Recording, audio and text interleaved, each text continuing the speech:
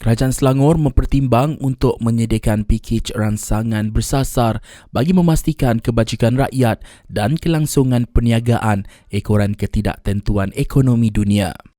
Setiausaha Kerajaan Negeri Datuk Ahmad Fazli Ahmad Tajuddin memberitahu langkah seumpama itu perlu demi membantu golongan rentan sama seperti yang dilancarkan semasa pandemik COVID-19 sebelum ini. Beliau merujuk kepada golongan berpendapatan rendah B40, petani, kontraktor, perusahaan kecil dan sederhana PKS serta pemain industri. Ini semua dalam radar kita lah untuk lihat dari segi kita nak dia punya perniagaan itu kekal dan boleh dikontinue lah. Kerajaan definitely dalam masa macam ni kerajaan dah tentu kena belanja.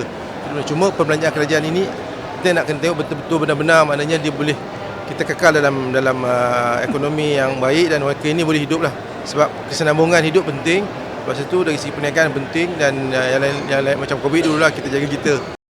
Ahmad Fazli menjelaskan perbincangan awal untuk menyemak semula belanjawan negeri berikutan tekanan kos sara hidup diadakan pada minggu lalu dan kini pada peringkat pemetaan data. Katanya pengubahsuaian belanjawan akan dibuat berasaskan kes demi kes dengan memberi tumpuan kepada segmen masyarakat yang sensitif sebelum keutamaan peruntukan disusun semula. Kita tengok data, lepas tu kita tengok pihak mana, segmen masyarakat mana yang sensitif untuk kita repurpose lah. Mungkin repurpose kita gunakan bajet yang ada untuk kita ke arah tujuan itu. Mungkin program-program macam bingkas baku makanan kita nak expand, kita nak luaskan. Kemudian walau bagaimanapun kita tidak juga menafikan bahawa sekiranya ada keperluan untuk macam pakej rancangan seperti macam COVID dan sebagainya untuk kita laksanakan.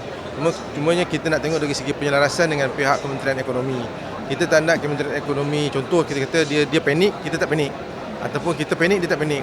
Sebab itu indikator yang kita tengok mana selain daripada kos sara hidup adalah pengangkutan, adakah pengurusan kenderaan, mobility, BDR kita dah jalan. So maknanya kita kena prepare sekurang-kurangnya at least dalam plannya akan ada sampai 6 bulan lah.